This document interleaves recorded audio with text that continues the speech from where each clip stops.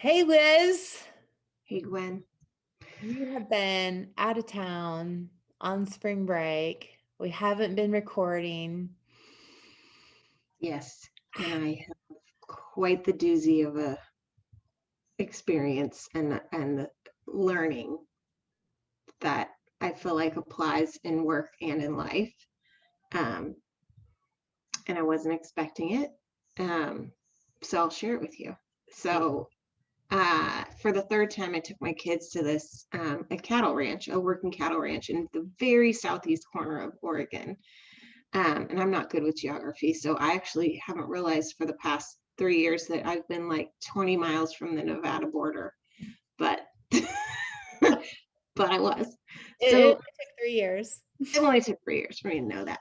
Um, so we got there and we go for a week, and basically what we do is ride horses and learn how to take care of cows and a farm and a ranch. And it's straight out of City Slickers, which Wow. was the inspiration for me doing this.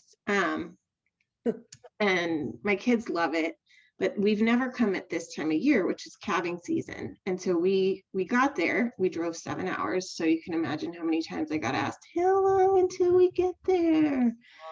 Oh my God, so many middle fingers I wanted to shoot toward the back of the car. But anyway, I drove there and we get out, and Susan tells us, hey, there's down at the barn, there's a mom who's been struggling with her labor, and Tim's bringing her in right now. Do you guys want to come and watch? You have to be really quiet. And she pulled me aside and said, I don't know. I just want you to know we lost 2 calves during birth last weekend. So, I don't know what you're going to see. So this is a cow, not a horse. Correct. It's a cow. And I said, well, okay, kids, do you want to watch? And they were all a little bit, a little bit apprehensive, but everybody agreed. So we go down there. And I have to add that for this particular trip, because we go horseback riding, I decided to buy myself some new boots. And I didn't exactly pick the most logical boots for a cow ranch. And horse ranch, right, where there's just like That's basically it. poop everywhere, Yeah. right? Poop everywhere. Well, I picked out these fashion boots. They did have a heel, but they also had these like diamond shaped openings all over them because it was cute. Um, and so I was wearing those, and we go down the barn, and Tim is getting ready he's got the mom strapped into this like birthing area that did not look like anywhere I would ever want to give birth. But um, he looks at me and he says, well, this is very Tim. You want to help? And I said, uh, me? And he said, sure. He said, why not? So I said, why not? Oh my God. And so he sent me over to put these gloves on, which should have been a clue about what I was going to get into. The gloves go all the way up to your shoulder. My gosh.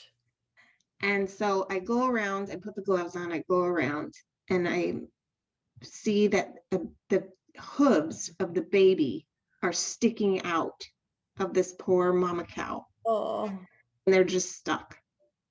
And so he gives me these chains that I have to get around the top part of the calf's leg as far up as I can and connect them, because then what I find out is he's going to use a pulley system while I'm pulling from inside and trying to make sure that I'm directing that. By the way, the cow's head comes out at the same time as the hooves, so it's like this. Oh my And God. then like next thing you know, there's like a tongue sticking out. And I mean, I didn't have time to think about it, right? I just like, and I'm thinking, oh my God, my kids are behind me watching this. We need to make sure this baby cow lives. Yeah. And they're going to be traumatized forever. Anyway, about 10 minutes of working together, the baby comes out. And at first I thought it was dead because it didn't seem like it was breathing. Tim comes up with like a piece of hay and sticks it in the little baby's nose. He's like, come on, breathe for me. You're gonna breathe. And the next thing you know, you see this baby go. Oh my gosh. The cow's living. And the mom, she's just laying there like, poor thing. I felt so bad for her, but she was okay. Everyone was okay. Oh my We God. take this little baby over, push him over, and then cover him with some hay. And then they're like, all right, everyone get out. We got to let him bond. So we all leave, and that was it. Wow. And then I turn around and I realized, because I was really focused on what was happening with the cow, that Ian had been filming the whole thing. And I watched it back and I just was like, oh my God, how did I just witness that and participate in it? And what just happened? And this happens all the time and I'm just not around for it. Right. You're This is first. this is it. Like this is life and death happening every day. And anyway, it was incredible and also a bit disturbing. But what I took from it was that when in doubt, you got to get in the mix. Just get in the mix. Don't stand on the sideline doubting yourself. Get in the mix. Mm, Help out. Live your life. yeah. And I think that's like for most of us living in a pandemic, it's just we've been just so shut down and restricted and isolated. And it, I could be super cheesy about it and talk about the rebirth. Speaking of birth, those shoes, those fashion boots, they're Yeah. now they're now called my birthing shoes. Oh, do you keep them? Well, I don't know that I'll ever wear them again, but I still have them because it's like a memento Oh, yeah. Yeah. and a reminder. True. Just get in the mix of life. And you and I have been talking a lot about like how do we reopen? How do we as a community and a society, but also how do we as families, as individuals reopen, and what are the opportunities to redefine how we live Yeah. and what's important to us and how we spend our energy. And that's what I'm grappling with right now. I don't have all the answers, but I'm going to be asking some different questions than I asked myself before before we shut down. Mm. And it keeps occurring to me that we had no choice when things shut down, right? March 13th in Oregon, Right. a year ago. It was just, oh my gosh, like just close all the Yeah. windows. Everyone stay in the house, right? Like There was no instruction manual. no map, no guidance. And it was just, there was no planning. It just was, all right, we're in crisis survival mode. So how do we reopen? How do I reopen in a way that is not operating from a place of should, a place of crisis, or a place of, I don't know why this comes to my mind, but for me, chaos, and just accepting that chaos is how it's going to be. Yeah. So Yeah. I had that one crystallizing moment where, you know, I was reminded that there's nobody that's going to come and say, here are the experiences let me give you these experiences, or here's how to create these experiences. I have to create them Mm-hmm. by getting in the mix. Getting in the mix and recognizing it's all new for all of us.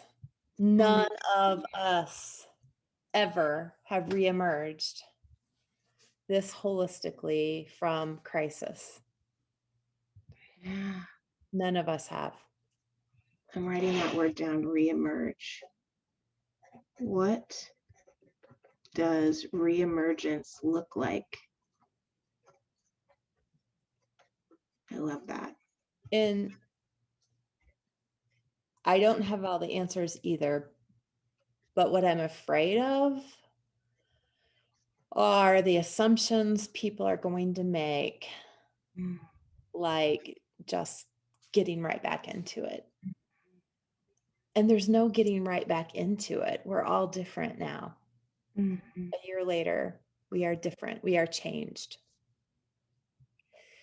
And so I think a component of it is just having intentionality about the reemergence and really thinking that through. You know, you had a different uniform for that birthing experience. We've all had different uniforms in this virtual environment. Let's be intentional and think through. Do we all have to go back into the old uniform, the old guard, the old way? Or what about this new uniform or this annual pandemic uniform worked? Is it okay to be a little more informal than we used to be? I love that you called it a uniform because I'm pretty sure that Sherry, who was she's the rancher at the next ranch, she would have called it a costume. She's like, oh, look at your cute cowgirl costume. Cute little cowgirl costume. Yeah. Well, That's we all you. wore our little suit costumes to work every day Yes. before. Now we've Yes. been wearing jogging suits and who knows what Yeah.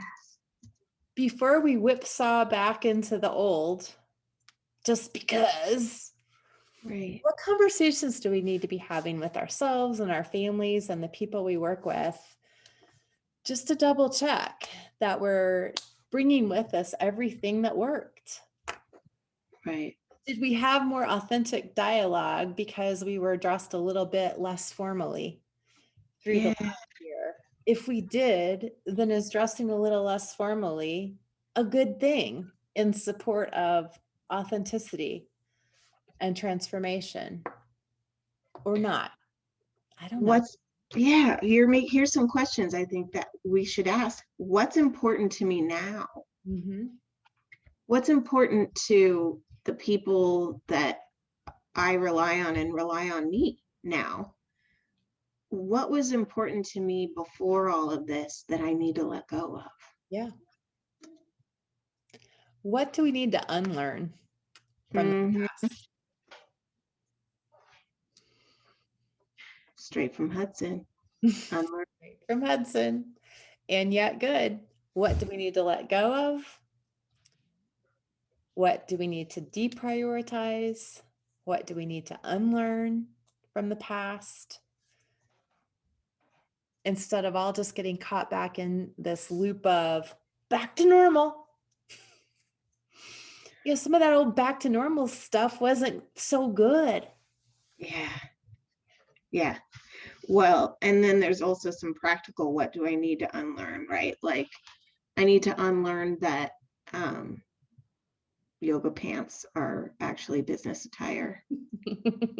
Yeah, probably. It's Probably. a shame. It's a shame that I need to unlearn that. But maybe not for everyone. There are some that will be working virtually for the foreseeable future. Right. So if they And want to wear yoga pants and have a different type of top on for their virtual calls and their virtual work, then great. yeah, it's Wednesday, yoga pants day. Pants day. Who knows? Who cares? Yeah, this is great. I'm gonna answer some of these questions this week, and I'll share them with you in our next meeting together. Good. So you had an accountability. Is your little groundhog mindfulness groundhog thing? How's that Oh going? yeah, I've been doing it. I actually have. I feel like I've met the goal about 60 to 70% of the time. I have been doing more mindfulness, and I've been redefining mindfulness too. Like, so some days I do it in bed. Okay. Some days Amelia's also doing mindfulness. I've started going, I've gone to one hot yoga studio class now that I'm vaccinated, and that's mindfulness. So I'm counting that. I've been doing something that my coach taught me.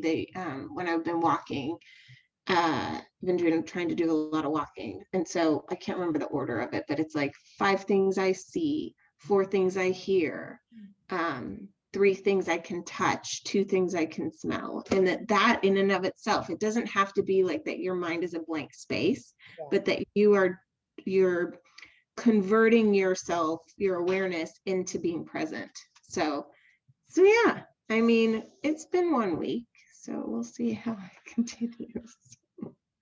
Good, What good. about you and your accountability? Well, I will admit I've plateaued. I have not been happy lately with myself. I took my things off because some of my clients were like, what are those numbers up there? So I'll get them back up for our next time. But I have plateaued, and I've started to recognize that it's just because I'm cheating.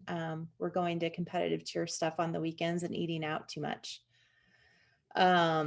And so I've started to recognize that, yeah, I can cheat and I can feel good in the moment, and a little bit instigating and a little bit rebellious, which is always fun in the moment.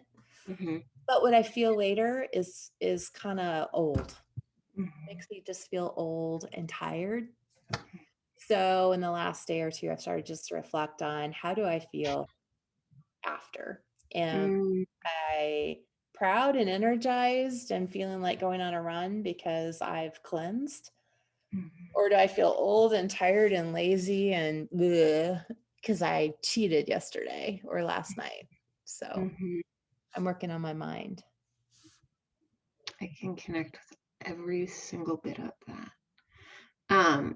So what do you replace it with though? If in the moment you're like, I can do this because I'm being a rebel, and this is how, this is what feels right to me right now. So what do you replace that thought with then in the moment? I'm inquiring for a friend. I don't have it completely figured out, but what I did last night was when Mike and Isley were eating burritos with cheesy potatoes. I wasn't out, it was here at our, I thought, yeah, I could do that and cheat and feel, like I'll deal with it tomorrow kind of thought. Instead, I told everybody I'm going to have a salad with some egg on top and all this stuff. And I'm going to admire the pretty color, its beauty. And I'm going to look forward to tomorrow when I'm feeling awesome. And you guys are all wanting to sleep in and you're feeling like poop because you had these huge wet burritos. And they're like, well, all right, whatever turns your crank. I've never heard that before. Whatever turns your crank. That's hilarious. That's also a little reminiscent of the poor mom giving birth. You're never going to be the same, are you? No, I'm never going to be the same. It's so easy for me to go back to that I'm visual. thinking you should get the boots bronzed, Oh, or at least one of them. okay. You're never going to wear them again. Probably not. But I you have some shellac. Maybe I'll shellac them. okay, shellac them and then display them. Okay. To Okay, I'm totally going to do that. remember your, what'd you call it? Just get in there. Get in the mix. Get in The the mix. lesson of get in the mix. Yeah. Put a little plaque, get in the mix and shellac your boot, one boot. That's totally what I'm going to do. And that's so perfect because last year it was the rattlesnake skin because of being so afraid of the rattlesnakes. And then I skinned it and ate it, and then I shellacked it on a piece of wood. So I'm going to do that with my boot. Thank you. All right, my friend. Well, as always, very thought-provoking conversations. Absolutely. It was really helpful. Same here. Thank you. I look forward to next time. Next week.